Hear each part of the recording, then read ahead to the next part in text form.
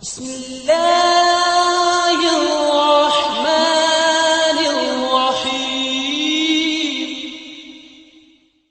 6 अप्रैल सन 1975 की सुबह सिक्किम के राजा चोग्याल को अपने शाही महल के गेट के बाहर इंडियन फौजियों के ट्रकों की आवाज़ सुनाई दी।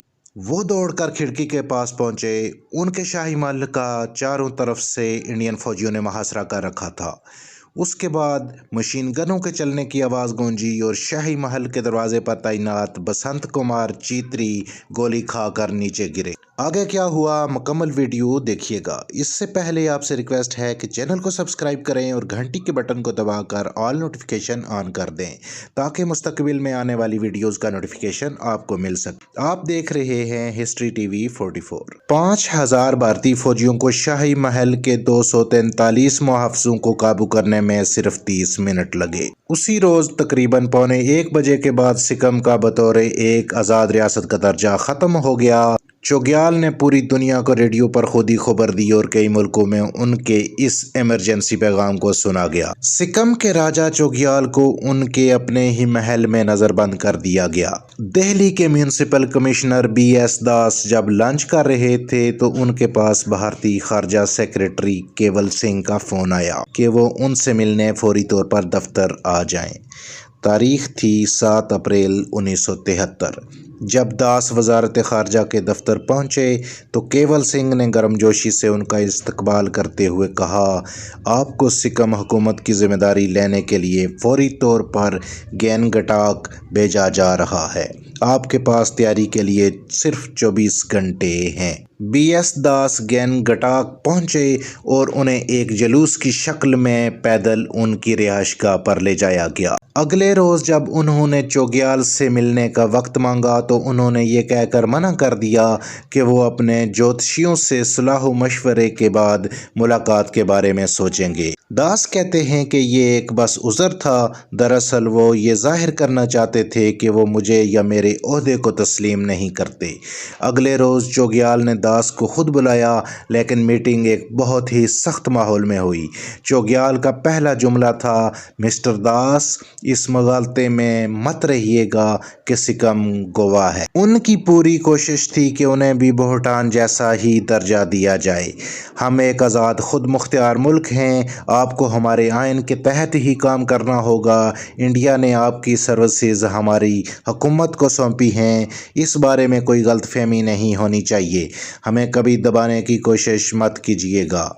चोग्याल ने ये अल्फाज दास से कहे। सिक्किम को इंडिया में जम करने में BS दास ने बड़ा अहम किरदार अदा किया था। सिक्किम को इंडिया में जम करने का ख्याल सन 1962 में चीन के साथ होने वाली जंग के बाद आया था। चीन की चंबी वादी के करीब इंडिया का सिर्फ 21 मील का इलाका है जिसे सली गड़ी नेक कहा जाता है।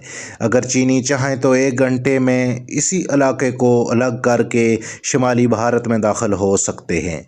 सिक्किम तो चीन की चंबी वादी से बिल्कुल जुड़ा हुआ है।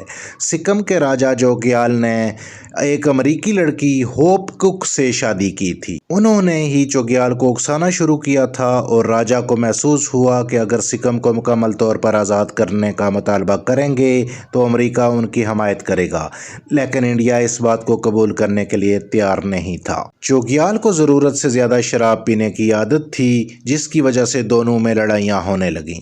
आखिर में होप कुक ने सिक्किम को छोड़ने का फैसला किया और अमेरिका वापस लौट गईं।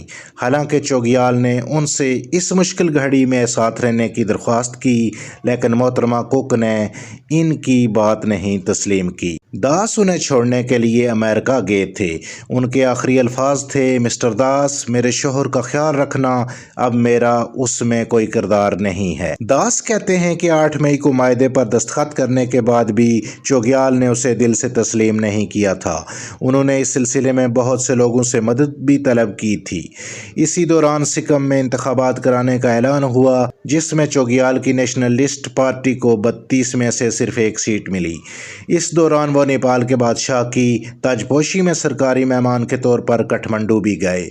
वहां उन्होंने पाकिस्तानी सफ़ीर और चीन के नायब वज़ीर आज़म चन सी लियू से मुलाकात की और उनसे अपनी मुश्किलात का जिक्र करते हुए तहावन की दरख्वास्त भी की थी। BS दास ने उन्हें तहरीरी तौर पर बताया कि वो बैरूनी तहावन लेने के चक्कर में ना पड़ें, आपकी ख़ानदानी बादशाहत बरकरार रहेगी, आपका बेटा आपका जानशीन बनेगा, लेकिन आपको ये तस्लीम करना पड़ेगा कि आप प्रोटेक्टेड हैं और 8 मई के मायदे को तस्लीम करते हैं। लेकिन सिक्किम के राजा चोग्याल ने उनकी नहीं सुनी और इसी बात पर इसरार किया कि मेरा तो एक आज़ाद मुल्क है और मैं उसे तर्क करने वाला नहीं हूँ। उस वक्त की वज़ीर आज़म इंदिरा गांधी के सेक्रेटरी PNS धर ने अपनी किताब इंदिरा गांधी दी इमरजेंसी एंड इंडियन डेमोक्रेसी में लिखते हैं, इस मामले में जिस अंदाज से चोग्याल ने इंदिरा गांधी के सामने अपना मौक़िफ़ पेश किया उससे मैं बहुत मुतासर हुआ।